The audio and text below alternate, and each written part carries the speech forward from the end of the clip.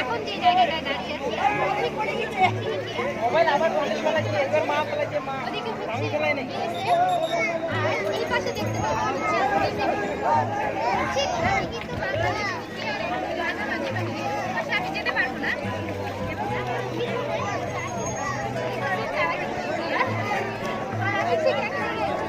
দাঁড়িয়ে আছি বলা যায় আজকে আমি ভিডিওটা শুরু করলাম, ভাবলাম যে এখান থেকেই শুরু করি। আর যদিও আমার চ্যানেলে এর আগে কিন্তু আমি জাফলংয়ের ভিডিও দিয়েছি, তো সেটা দেখেছেন হয়তো অনেকে, আর না দেখলে আমি সেটার লিঙ্কটা এই ভিডিও ডেসক্রিপশন বক্সে দিয়ে দেবো।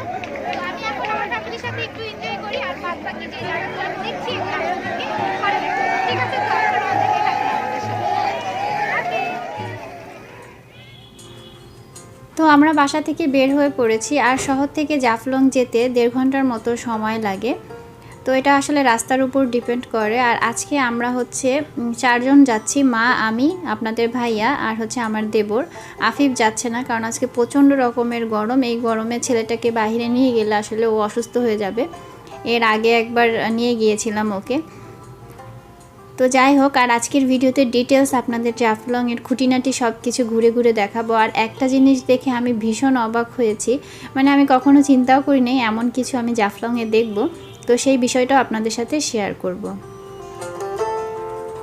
আর সেই সাথে আজকে আমার শরীরটাও ভালো লাগছে না, বাট তারপরেও মাকে নিয়ে যাব। আসলে না গেলে মারও হয়তো ভালো লাগবে না আমি যদি সাথে না যাই। তো যেই কথা বলছিলাম যে শরীর ভালো লাগছে না, সত্যি সত্যিই সেরকম। আসলে গাড়িতে ওঠার পরে খুব খারাপ লাগছিল, কারণ অনেক গরম ছিল। তো আমি বমিও করেছি আর কি। তারপরে কিছুক্ষণের জন্য ঘুমিয়েছিলাম চোখ বন্ধ করে। সেই ফাঁকে আফিফের আব্বু ভিডিওটা করেছে, দেখতেই পাচ্ছেন। বলতেছে ঘুরতে যাচ্ছি না রুগী নিয়ে হসপিটালে যাচ্ছি, বোঝা যাচ্ছে না। তো সেই অংশটুকু আপনাদের সাথে শেয়ার করলাম।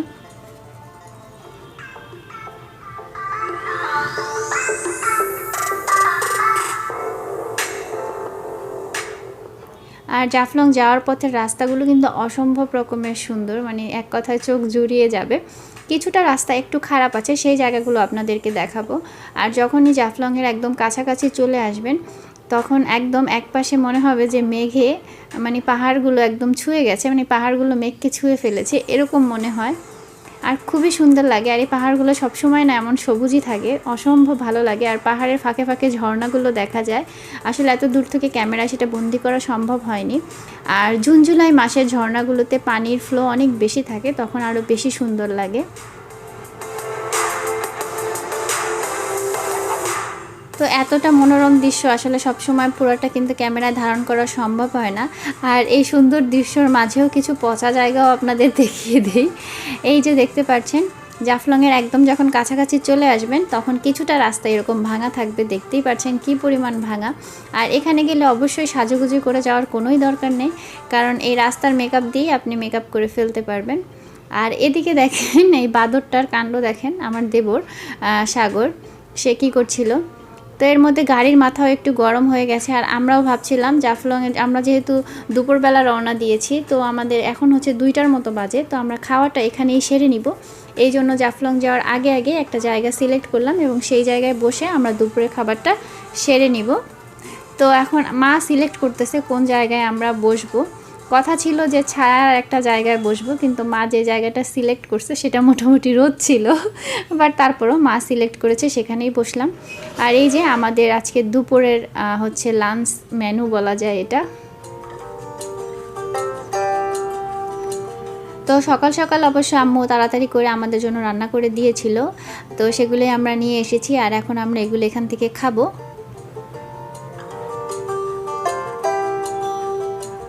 তো আমরা যেখানে বসে আছি এখান থেকে জাফলং যেতে আরও 1 কিলোমিটার রাস্তা বাকি। তো আমাদের সাথে ড্রাইভার ভাইয়াও আছে, আর আমরা যারা যারা আছে আর কি সবাই মিলে খেতে বসেছি। এখন সাগর বলছে ওকে নাকি ক্যামেরায় দেখা যাচ্ছে না, তাই তাকে একটু ভালো করে ভিডিও করলাম। তো আমি বলছিলাম তুই ভালো করে খা ভাই, আমি তোকে ভালো করে ভিডিও করছি, এবার দেখ তোকে সম্পূর্ণ দেখা যাচ্ছে এই আর কি। তো ভিডিও দেখে বলছে যে আমাকে কালো লাগছে, তাই আমি বললাম সমস্যা নেই, তোকে ফিল্টার করে সাদা বানিয়ে দিব। তো আমাদের খাওয়া দাওয়া শেষ। এখন এখান থেকে আমরা জাফলংয়ের একদম কাছাকাছি, যেহেতু জাফলংয়ের উদ্দেশ্যে আবার রওনা দিচ্ছি আর কি। মাকে দেখছেন, মাকে তো কম বেশি সবাই চেনেন যারা আমার ব্লগ রেগুলার দেখেন। এই যে আপনাদের ভাইয়া, তার দুষ্টামি শুরু, ক্যামেরা মানে সামনে আনা মানেই তার দুষ্টামি। তো এই তো আর যেতে যেতে কিন্তু জাফলংয়ের কাছাকাছি যখনই আসবেন তখন দেখবেন যে এরকম পাথর ভাঙার যে মেশিনগুলো, তারপরে এগুলোকে মেবি কি বলে, মেইল টেল বলে আর কি, যেখান থেকে পাথর সব সময় যে এরকম ক্রাশ করা হয়, তো এরকম স্টোন ক্রাশার অনেক দেখতে পাবেন। এই জন্যই রাস্তাটা একটু ধুলাবালি বেশি থাকে। তো আমরা চলে এসেছি, কিন্তু রোদ এখনও মানে কমার কোনো নামগন্ধ নাই, 2:30টার মতো প্রায় বেজে গিয়েছে। তো তারপর আস্তে আস্তে আমরা রওনা দিচ্ছিলাম, কারণ হেঁটে যেত বেশ অনেকটা রাস্তা কিন্তু হাঁটতে হয়।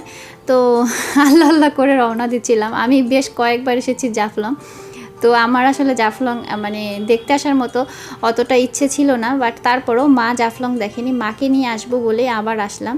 আর যেতে যেতে রাস্তায় অনেক কিছু দেখতে পাবেন, এই যে টুকিটাকি যেসব দোকান সেগুলো আপনাদের সাথে শেয়ার করছি, কারণ যারা এর আগে কখনো জাফলং দেখেননি তারা এক ঝলকে দেখে নিতে পারবেন। তবে সরাসরি দেখার যে আনন্দ সেটা কিন্তু আসলে ক্যামেরার এইসব দেখে ততটা আনন্দ পাওয়া যায় না।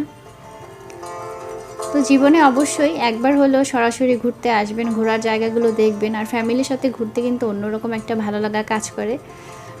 এখন হচ্ছে মা তার পছন্দের জিনিস খাচ্ছে, এটা চাইলেও সে আমাদের দিবে না, সে খুব মজা করেই খাচ্ছে। তো সেটা আপনাদের সাথে একটু শেয়ার করলাম। আর এখন কিছু কড়ি কিনতেছে, মা কড়ি খেলতে নাকি খুব পছন্দ করে, তো এখানে খুব সুন্দর সুন্দর কড়ি দেখে মা বলল যে কিনবে, তো এই জন্য মার জন্য কড়ি কিনছে, ছেলে বাছাই করে দিচ্ছে কোনগুলো সুন্দর, আর আমি দাঁড়িয়ে দাঁড়িয়ে আচার খাচ্ছি। এখানে বেশ আচারের কিন্তু অনেকগুলো দোকান আছে, মানে এখানের বড়ইয়ের যে আচারটা সেটা কিন্তু অবশ্যই আপনারা ট্রাই করবেন, ভালো লাগে খেতে আর কি। তো রোদ দেখে আমরা নিচে নামলাম না, আবার উপরে ফিরে আসলাম, ভাবলাম এখানে একটু দোকানগুলোতে কি পাওয়া যায় দেখি, আর সেই সাথে একটু চা খেয়ে নিই। তবে চাগুলো কিন্তু বেশ ভালো ছিল, কিন্তু যারা মিষ্টি খেতে একদম মানে কম পছন্দ করেন চায়ে, তারা এখানে চা খাবেন না, কারণ তারা চা খেয়ে বলবেন এটা চা নাকি শরবত সেটা আপনারা বুঝতেই পারবেন না।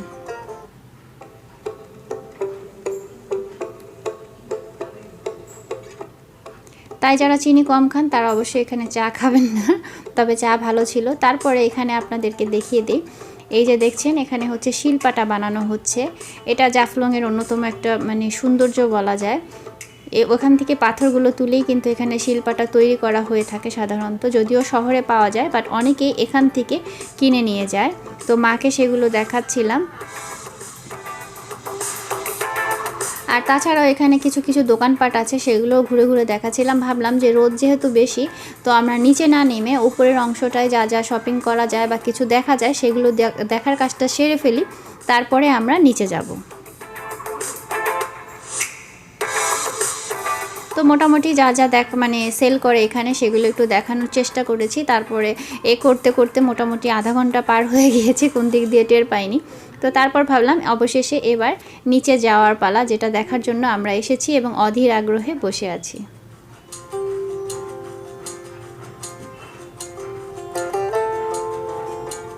উপর থেকে জাফলংয়ের অসম্ভব সুন্দর ভিউ আপনাদেরকে দেখিয়ে দিচ্ছি। তবে যারা ভ্রমণ মানে পিপাসু আছেন এবং যাদের ঘুরতে খুব ভালো লাগে, যারা সিলেট ঘুরতে চান, তাদেরকে বলবো অবশ্যই বৃষ্টির দিনে আসবেন, যেমন June July, May June July এই মাসগুলোতে আসবেন।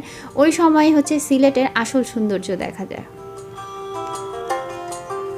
তো একটা ছাতা নিয়ে নিয়েছিলাম, কারণ জানি প্রচণ্ড রোদ হবে, প্রতিবারই সেটা মিস করি, বাট এবার মিস করিনি। তো মাকে নিয়ে যাচ্ছিলাম, কিন্তু খুব কষ্ট হচ্ছিল মাকে মানে ছাতার মধ্যে আটকে রাখতে। সে বলতেছিল ছাতার জন্য নাকি সে দেখতে পারছে না আশেপাশের জায়গাগুলো, তো বারবার সে বের হয়ে যাচ্ছে। আবার একটু পরে যখন মাথা গরম লাগতেছে তখন আবার ছাতার নিচে আসতেছে। তো ওই যে দেখতে পেলেন আমরা কত উঁচা থেকে নেমে এসেছি, অনেকখানি রাস্তা হাঁটা লাগে। আসলে ঘুরতে আসলে গেলে কিন্তু সেটাও একটা এনার্জির দরকার, যদিও খুব সুন্দর জায়গা, মন ভালো হয়ে যাবে, বাট পরিশ্রমও কিন্তু করতে হয় একটু একটু। ওই যে বলে না, ভালো জিনিস পেতে হলে একটু কষ্ট বেশি করতে হয়, সেরকম। তো আমরা একদম কাছে চলে এসেছি, তবে বর্ষাকালে আসলে এই জায়গাগুলো পানিতে ভরপুর থাকে, তখন কিন্তু চাইলে এগুলো নৌকা দিয়েই আসা যায় এবং মানে রাস্তাটা একটু কমে এবং সৌন্দর্য আমার মনে হয় অনেক বেশি থাকে, মানে ঝর্ণার পানিগুলো দেখা যায়, খুব ভালো লাগে আর কি। আমি মানে শীত, বর্ষা, তারপরে হচ্ছে গরম সবগুলো ঋতুতেই মোটামুটি জাফলং ঘুরেছি, তাই আমি আমার অভিজ্ঞতা থেকে বললাম। আর এখন কিন্তু একদমই পানি নেই, দেখতে পাচ্ছেন পানির পরিমাণ একদমই কমে গেছে। আর যখন বর্ষাকাল থাকে তখন পানির স্রোতে এইসব জায়গাগুলোতে হাঁটা যায় না। যদিও ওয়েদারটা প্রচণ্ড রকম গরম ছিল, বাট যখনই আপনি এখানে আসবেন এবং এই জাফলংয়ে ঠান্ডা পানিতে পা রাখবেন তখন একদম মনটা শীতল হয়ে যায়, খুব ভালো লাগে। আর পানিগুলো এত পরিমাণ স্বচ্ছ, আপনারা হয়তো দূর থেকেই দেখছেন, তারপরও আমি কাছ থেকে আপনাদেরকে দেখাবো। আর এই যে এখানে দাঁড়িয়ে আপনাদেরকে একটু দেখাচ্ছিলাম, ওই যে দূরে দেখছেন এটা হচ্ছে ইন্ডিয়াতে বিএসএফ, আর হচ্ছে এই পাশে দূরে যে দেখবেন সেটা হচ্ছে বিজিবি। তো একদম পাশাপাশি দুইটা দেশের মানুষ বসবাস, মানে ভালো লাগে এই জায়গায় আসলে। তো মা প্রথমে আসতে চাচ্ছিল না পানির মধ্যে, তারপরে আবার তাকে নিয়ে আসলো আফিফের আব্বু, গিয়ে বলল যে এসেছে যখন একটু ভেজো, ভালো লাগবে।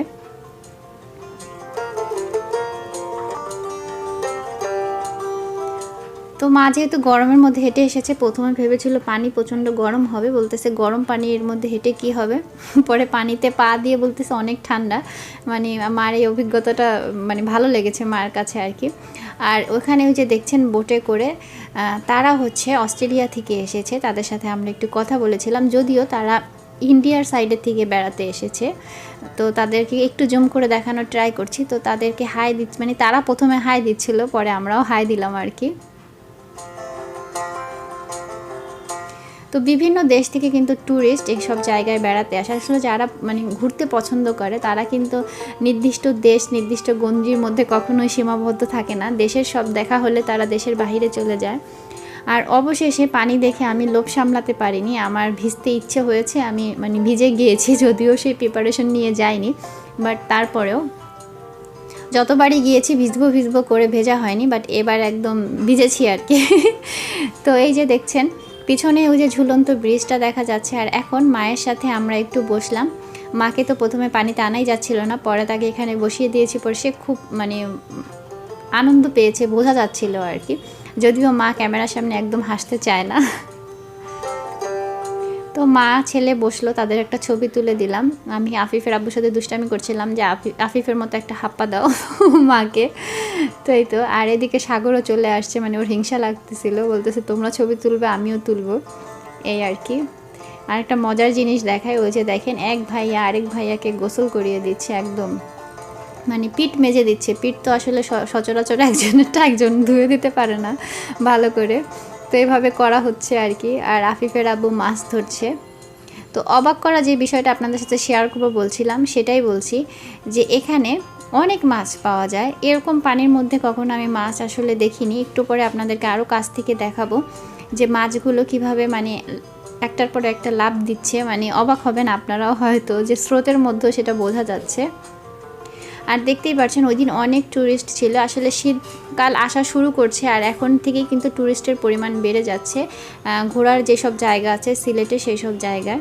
যদিও শীতে কিন্তু ঘোরাটা অতটা সুইটেবল না সিলেটের জন্য আর কি।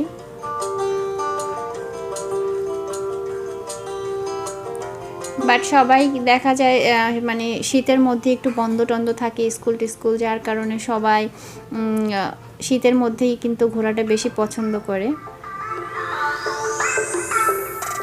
আর ওই যে দূরে দেখছেন ওটা হচ্ছে ঝুলন্ত ব্রিজ, ওগুলো সব কিছু কিন্তু ইন্ডিয়ার মধ্যে।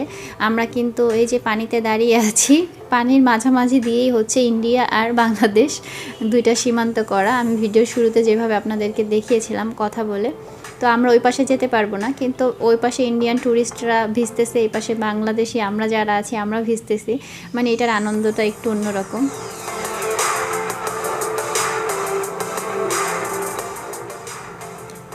তো আমি ছবি তোলার জন্য আসলে চেষ্টা করছিলাম, কিন্তু সেরকম ভালো এখানে ছবি আসলে হয়নি। মানে আফিফের আব্বু তুলতে পারছিল না, এই জন্য বেশ কয়েকবার পানি ছুটছিলাম। তবে ভালো লাগছিল, ইচ্ছে হচ্ছিল ফুল পানি দিয়ে ভিজি। আর এই যে যেটা বলেছিলাম আপনাদেরকে মাছ দেখাবো, তো দেখেন কাছ থেকে আপনারা দেখতে পাচ্ছেন কিনা।